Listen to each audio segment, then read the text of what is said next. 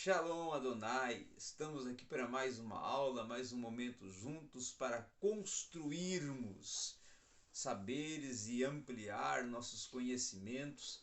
Hoje, dentro da proposta de um conteúdo de história da igreja, tratando sobre Jacobs Armínios e o arminianismo, que é um dos assuntos, quem sabe, dos mais debatidos e mais dialogados dentro da teologia e eclesiologia.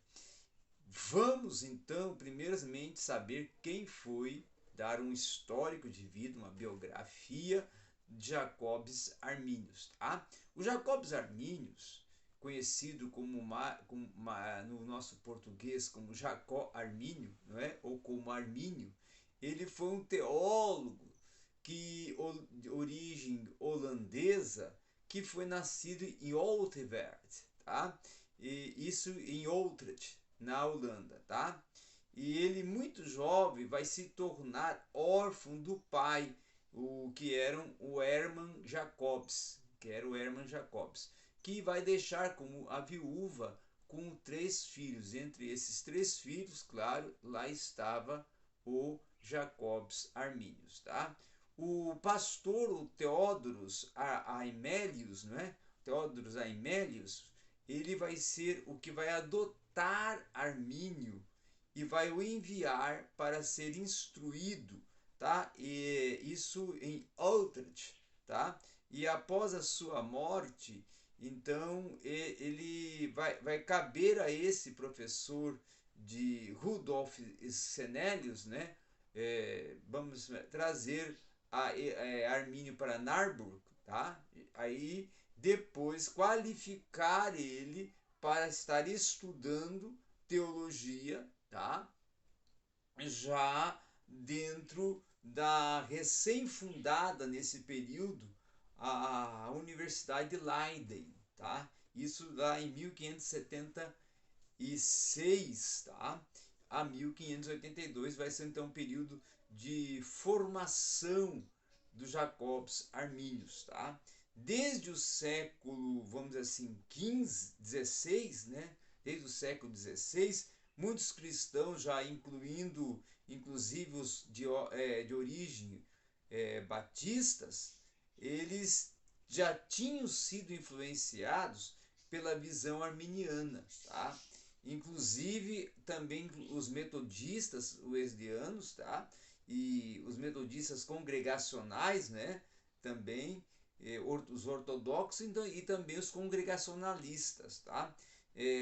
Essas primeiras colônias, a Nova Inglaterra, ali no período dos séculos, vamos supor assim, 17 e também no século 18, e que eram considerados os universalistas e os unitários, tá?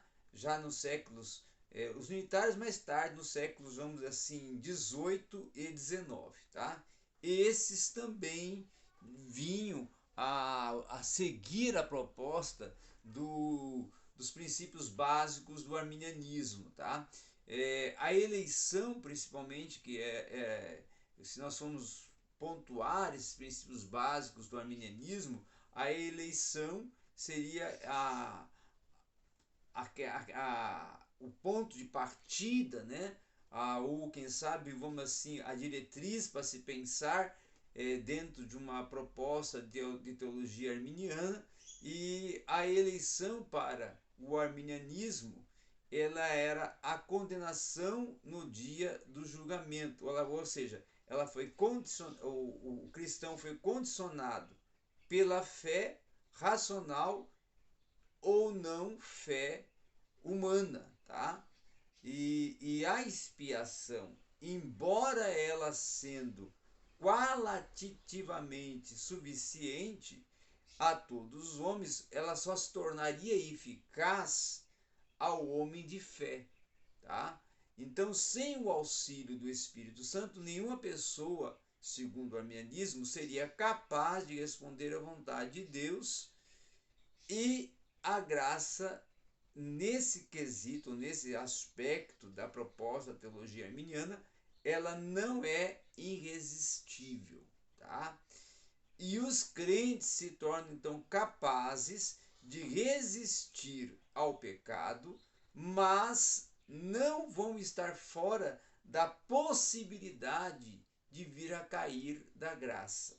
Então, basicamente, essa seria a proposta de desenvolvimento e aplicação de alguns dos princípios basilares do arminianismo. Outro, sim, que é importante também nós pensarmos, que os princípios do arminianismo ou de Armínio referente à predestinação seria que a predestinação deveria ser compreendida cristologicamente. Cristo, não os decretos, tá? É a fonte e a causa da salvação. Então, Cristo é que é a fonte da salvação e não os decretos de Deus, tá? A salvação, na proposta de Armínio, ela deve ser plenamente pela fé pessoal em Cristo. Então, ela é fruto da fé pessoal em Cristo. Também Armínio vai defender, dentro da doutrina da predestinação de Armínio, ele vai propor 4 decretos. Vai dizer que Deus determinou constituir a seu Filho Jesus Cristo para destruir o pecado pela sua própria morte, tá? Cristo, então, é o escolhido para expiar o pecado, e as pessoas não se tornam eleitas individualmente para a salvação segundo esta visão e esta ótica de Jacob Armínio. Outro, sim, também, Deus tem determinado que todos aqueles que se arrependem e creem sejam recebidos a favor de Deus. A maior ênfase, então, para o arminianismo está em Cristo. Outro ponto muito importante é que Deus tem designado os meios, ou seja, o poder, pelos quais pode-se alcançar, se conquistar o seu propósito. A graça, então, ela tinha de ser alcançada a todos os homens, sendo possível a qualquer deles voltar a confiar em Cristo, tá? Então, esta é a graça preveniente, tá? Que mantém os seres humanos com capacidade para eles serem salvos, e por esta graça os homens vão receber poder para crer e a capacidade de prover de Deus, ou ela vai vir de proveniência ou oriunda de Deus, como um ato de crer que deve ser essa a ação própria, desenvolvida e praticada pelo homem à busca da salvação em Cristo e através de Cristo e pela fé e pela graça. Tá? Outro, sim, também é que o arminianismo vai defender que Cristo, como o eleito para salvar, para redimir, para expiar o pecado da humanidade, ele é o único sotero, ou seja, o único salvador, que deve ser o fundamento de todo um sistema, como os outros 3 que são arraigados. Ele é, nesse sentido, derivando de Cristo o seu significado. Então, é derivado de Cristo o seu significado de salvação e salvador, tá? Uma observação aqui, Armínio, então, enfatizava uma interpretação da doutrina da predestinação que compreendia a graça de Deus, tá? como fortalecendo a vida moral ao invés de debilitá-la.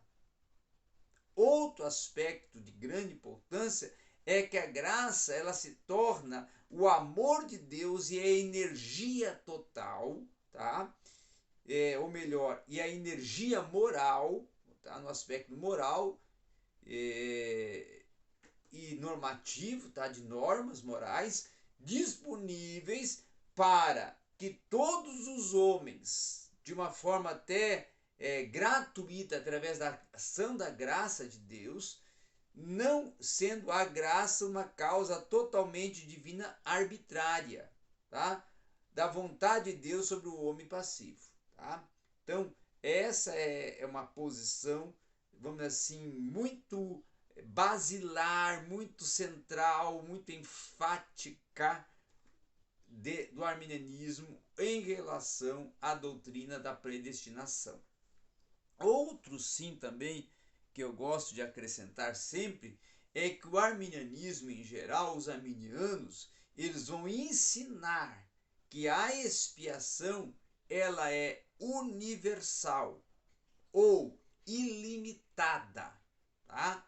Isto é, Jesus ofereceu-se na cruz a fim de propiciar a salvação, ao mundo inteiro. Os arminianos vão acreditar que a morte de Cristo na cruz irá conceder uma possibilidade, tá, de salvação a todos, mas ela vai de fato ser concretizada quando os humanos a aceitar e a defender por intermédio do arrependimento e a fé. Outro sim e importante detalhe a ser pensado e acrescentado é que Deus concede, segundo o arminianismo, a vida eterna somente para aqueles que creem. Tá? Então, não é que a pessoa está predestinada a ser salva, não. É somente para aqueles que creem. E por isso que muitos não vão ser salvos. Sobre isso, inclusive, um dos mais expoentes teólogos arminianos da atualidade, o Roger Onso, vai comentar que os arminianos, de fato, acreditam e defendem que Cristo morreu por todos, mas o benefício de sua morte, colocando até de lado a condenação por pecados reais, em contraste ao pecado adâmico. Vai ser então esta aplicada por Deus apenas aos que se arrependem e creem. Outro sim, é um dos pontos mais fortes e amplamente fundamentados do arminianismo é a expiação universal. Primeiro, ela era a crença comum, tá, da igreja primitiva. Segundo, ela se tornava a negação da mesma, trazendo uma série de implicações diante da Bíblia, tá? E, em terceiro ponto, ao longo dos séculos, muitos teólogos, inclusive teólogos reformados, vão a ensinar claramente. Inclusive, nem mesmo o próprio Calvino, tá, vai chegar a negar. Qualquer arminiano, então, pode dizer, sem dúvidas, a qualquer pecador que Deus o ama, quer salvá-lo e por ele morreu. Então, o arminianismo nessa defesa e exposição da expiação ilimitada, que é, no caso, a expiação universal, ele vai defender um ensino que estava dentro do arcabouço doutrinário dos apóstolos dentro da igreja primitiva. Era assim que eles ensinavam e trabalhavam. Era essa a forma de visão teológica que eles desenvolviam sobre esse sentido doutrinário da expiação universal. Então, nós podemos compreender a importância, a dimensão da doutrina arminiana e da teologia arminiana a partir destas, vamos assim, constelações teológicas e afirmações teológicas, partindo da premissa de que não existe uma eleição que garanta ao homem uma salvação sem ele vir, né, a ter uma participação, ou seja, ele está eleito, automaticamente aconteça o que acontecer, não irá perder essa eleição. Para o arminiano isso é totalmente contraditório e sem fundamento. Porque para o arminiano, a pessoa creu em Cristo, alcançou a salvação pela fé e o arrependimento, através do favor imerecido de Deus dado aos homens, a graça. Com isso, foi salvo. Sendo salvo, se ele cometer um pecado, automaticamente esse pecado separa ele de Deus. Porque o pecado separa o homem de Deus. Dentro dessa questão, ele automaticamente precisa arrepender-se, tá? E desenvolver um conserto com Deus para voltar a obter a comunhão com Deus. Então, não quer dizer que o elemento ou a pessoa foi salva, ela já garantiu a sua salvação eternamente. Não, ela pode sim perdê-la se não administrá-la dentro do que está proposto pelas Escrituras Sagradas, de manter uma vida de renúncia, manter uma vida de novidade de vida, de mudança de vida, de metanoia, de transformação, para que assim agindo possa ir galgando, ir alcançando e vencendo as etapas até conquistar a salvação em toda a sua amplitude. Alcançando a salvação, ele não quer dizer que não possa até algum momento cometer algum deslize e perder. Pode isso até ocorrer no seu último suspiro. Por isso que é preciso permanecer.